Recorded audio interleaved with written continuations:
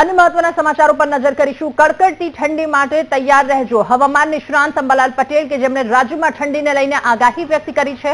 उत्तर गुजरातमां न्यूनतम तापमान 15 ડિગ્રી સુધી પહોંચી શકે।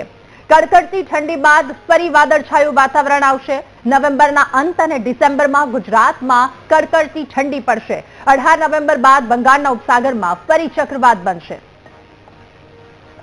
12-13 સુધીમાં उत्तर पश्चिम भारत में न्यूनतम तापमान 2-3 ડિગ્રી सेल्सियस गगड़ी सके तेम छे अने सवारना भाग में ठंडी पड़वानी शक्यता रहे।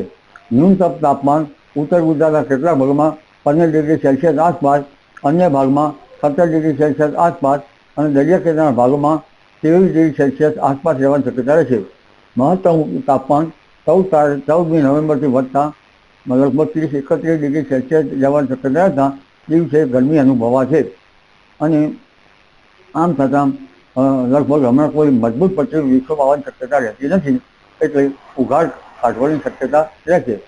પરંતુ 18મી તારીખની આસપાસથી બંગાળ ઉપસાગરમાં હલચલ જોવા મળશે અને લગભગ 24 થી 26 તારીખ માર્ચના અંત સુધીમાં એક ભારે ચક્રવાત બનવાની શક્યતા રહેશે।